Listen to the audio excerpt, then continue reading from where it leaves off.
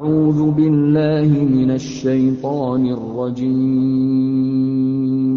بسم الله الرحمن الرحيم Bismillahirrahmanirrahim. Assalamualaikum warahmatullahi wabarakatuh. Alhamdulillahirrabbilalamin. Salatu wassalamu ala asyrafil anbiya'i wal mursalin wa ala alihi wa sahbihi rasulillahi ajma'in. Rabbi shrah li sadri wa yassir li amri wahlul 'uqdatam min lisani yafqahu qawli. Alhamdulillah, puji syukur kita ucapkan kehadirat Allah Subhanahu wa taala. Sampai hari ini Allah masih memberikan kita kesehatan dan kesempatan untuk tetap berta'abbudi kepadanya. Salawat dan salam kepada Nabi Allah Muhammad sallallahu alaihi wasallam. Allahumma shalli ala Muhammad wa ala ali Muhammad. Uswatun hasanah buat kita semua, contoh suri tauladan hidup untuk seluruh umat manusia. Saudara sekalian, bertemu kembali kita pada hari ini. Pada kesempatan kali ini saya akan mencoba mengajak kita semua memperhatikan secara seksama dan secara fokus begitu ya. Berkaitan tentang klarifikasi, mungkin saya bisa mengatakan demikian, karena kemarin pada hari Rabu kemarin ada kunjungan dari pihak Kemenak Indramayu ke Pondok Pesantren Al Zaitun ya. Mungkin ya tujuannya adalah klarifikasi dan ingin mencoba mencari tahu tentang apa yang terjadi di Al Zaitun sehingga menyebabkan timbulnya keresahan ya, timbulnya satu pertanyaan yang begitu besar di dalam benak kebanyakan kaum muslimin di Indonesia ini ya, dan cukup viral dan sekaligus itu ya cukup meresahkan lah begitu bahasanya. Nah, pada kesempatan kali ini saudara, kita akan coba memberikan satu perhatian khusus sekaligus nanti mencoba untuk memberikan satu tanggapan-tanggapan terhadap apa yang diucapkan atau apa yang disampaikan oleh pimpinan Pondok Pesantren Al Zaitun itu sendiri, yakni Panji Gumilang ya, yang sudah memberikan satu pernyataan-pernyataan yang kalau menurut saya ada beberapa yang memang perlu kita soroti dan perlu kita memberikan tanggapan ya terhadap apa yang disampaikan oleh Panji Gumilang tersebut, yang merupakan pimpinan daripada Pondok Pesantren Al Zaitun, yang mana pondok pesantren ini sangat besar ya di Asia Tenggara, bahkan ukurannya ya cukup besar, megah lagi. Dan perlu kita ketahui juga, sebagaimana yang pernah saya sampaikan pada video sebelumnya, di pondok pesantren inilah seorang murtadin pendeta Saifuddin Ibrahim itu berasal dulunya ya. Ya, nanti silakan saudara mau mengait-kaitkan antara Saifuddin Ibrahim yang sekarang ini dengan apa yang terjadi di dalam Pondok Pesantren Al Zaitun itu sendiri begitu, dan juga mungkin klarifikasi ataupun pernyataan yang disampaikan oleh pimpinan Pondok Pesantren tersebut. Berikut terlebih dahulu saudara kita perhatikan secara seksama dan kita kita perhatikan baik-baik apa yang sudah diucapkan ataupun disampaikan oleh Panji Gumilang selaku pimpinan Pondok Pesantren Al Zaitun. Berikut pernyataannya saudara. Mazhab apa? Lah aku pakai mazhab, nanti saya jawab aneh lagi. Mazhab saya mazhab Bung Karno, kan itu sudah. Mengapa saya kenal? Saya pernah berjabat tangan pada waktu SD kelas 3. Terus saya berkenalan langsung pemikirannya sejak tahun 1963 sampai sekarang. Terus siapa yang Islamofobia? Muslim yang tidak memahami dan tidak menggunakan akal sehat. Kalau banyak membaca, enggak. Ini sebentar lagi khotib Jumat pelajar putri. Terlepas Departemen Agama marah juga enggak apa-apa. Jangan sampai putri muslim ini terbelenggu jadi budak dalam morality. Sholat saja dipakai takbir. Najis amat ini perempuan. ada ke depan dikomentari, najis amat itu perempuan. Sholat berjarak-jarak, baca Quran saja. Kalau baca Quran ketemu. Surat berapa itu coba? Ya ayyuhalladzina amanu idza qila lakum tafassahu fil majalisi fafsahu yafsahillahu alaikum. Kan tafassah, bukan berapat-rapat. Berlonggar-longgarlah. Sehingga makan pete bebas. Mau terak potoi tenan naon. Ada har jengkol bebas. Ababna sampai jaraknya segini. Tapi kalau dekat-dekat terganggulah. Nah, itu sodaqallah. Akal manusia itu menciptakan akal baru. Maka bahasa atinu aklun itu benar. Atina liman la akal. Ya, baik saudara, sudah sama-sama kita saksikan pernyataan yang disampaikan oleh Panji Gumilang, ya, klarifikasi, bukan klarifikasi mungkin ya, justru dia malah menggurui gitu, menggurui Kemenak. Saya perhatikan begitu secara umum itu, justru Kemenak dibuat tidak berdaya di situ, dia terlihat sama saya gitu ya.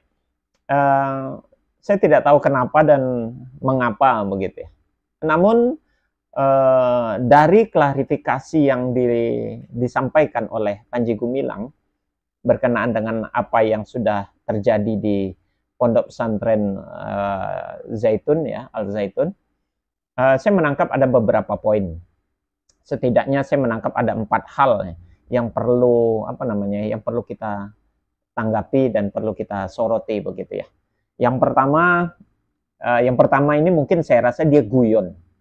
Tapi yang nggak tahu juga benar atau tidak. Yang dia mengatakan mazhab yang dia pakai adalah mazhabnya Bung Karno.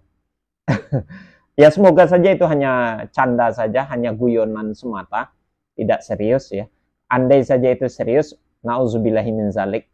Ya mohon maaf, bukan karena Bung Karnonya, ya bukan karena Bung Karno itu tidak ya. Ya dia hanya sebagai kepala negara waktu itu menjadi presiden. Meski Panji Gumilang ini pernah bersalaman kelas 3 SD, dan dia mengetahui banyak tentang Soekarno, bukan berarti Soekarno layak dijadikan mazhab satu fikih begitu ya. Ya semoga saja itu hanya guyon, hanya candaan saja. Jadi buat saya itu tidak memandang serius lah berarti begitu ya. Hanya saja memang perlu menjadi perhatian bersama itu. Andai saja itu serius begitu. Kemudian yang kedua, yang menjadi sorotan tambahannya, setelah dia berbicara sekian banyak pernyataan, sebutan-sebutan yang dia sampaikan, kalimat-kalimat yang dia sampaikan, yang saya soroti tadi adalah tentang khatib Jumat. Itu nanti santri putri. Waduh, ini semakin ngelunjak gitu. Kalau menurut saya itu semakin ngelunjak, saudara ya. Jadi nanti akan diadakan untuk khatib itu. Jadi tidak hanya putra saja, tidak hanya laki-laki. Dia bahkan akan mencoba memberikan satu terobosan lah bahasanya begitu ya. Terobosan untuk khatib itu nanti adalah pelajar putri atau santri putri itu sendiri. Ini nggak salah ini gitu ya. Sudah nyata dan jelas ada ketentuan-ketentuan di dalam pelaksanaan ibadah-ibadah tertentu itu, khususnya di dalam Islam ini untuk menjadi imam saja tidak dibenarkan untuk perempuan menjadi imam begitu ya. Apalagi ini menjadi khatib. Saudara bisa bayangkan itu. Khatibnya putri, apalagi cantik nanti atau masih muda begitu ya. Khawatir nanti apalagi jamaahnya itu laki-laki semua. Ini sungguh sudah melanggar syariat, ya. Menimbulkan fitnah yang besar nanti itu, ya. Akan menimbulkan kegaduhan yang besar. Andai saja itu benar-benar dia lakukan begitu, saudara. Dan dia memang sepertinya sudah tekad begitu ya. Dia mengatakan tadi seolah-olah dia tidak setuju dengan adanya diskriminatif. Bukan, sebetulnya Islam tidak diskriminatif terhadap perempuan. Ya. Adapun tentang hijab ataupun batas bagi perempuan dan laki-laki di dalam melaksanakan sholat bukan bermaksud untuk menyingkirkan perempuan, tidak. Bukan bermaksud membelenggu perempuan, bukan. Atau memandang perempuan sebagai najis, tidak demikian. Syariat Islam itu adalah syariat yang salah satunya adalah antisipasi. Mengantisipasi, andai saja bercampur, itu akan terjadi fitnah. Atau hal-hal yang lain yang tidak diinginkan. Jadi antisipasi itu. Ya, mengantisipasi sifatnya.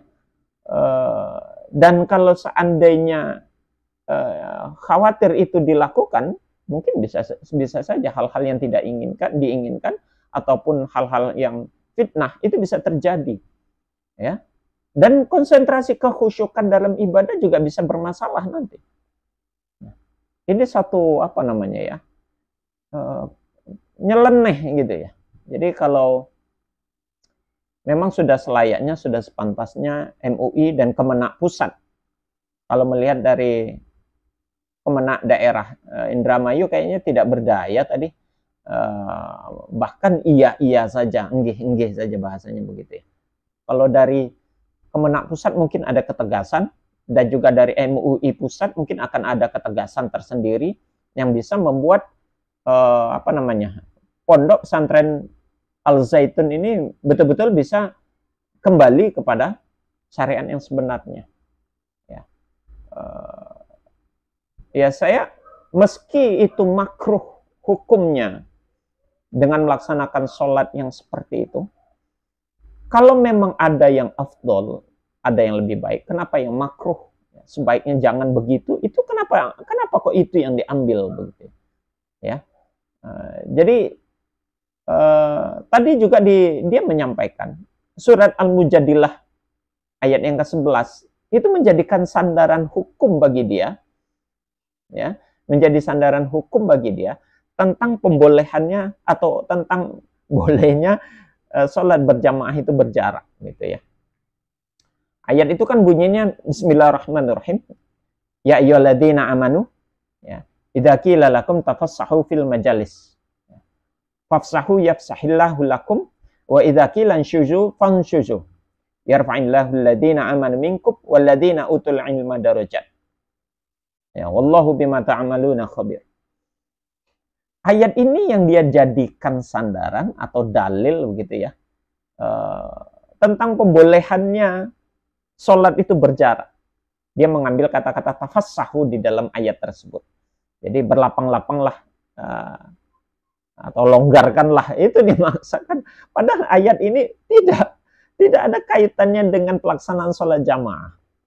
Secara makna dan kandungan ayat ini berkaitan tentang berlapang-lapang di dalam majelis.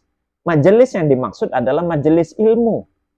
Asbabun nuzul ayat ini dulu di masa Rasulullah, ketika Rasulullah akan memberikan satu pelajaran dakwah, ya, memberikan satu ilmu pengetahuan kepada para sahabat waktu itu.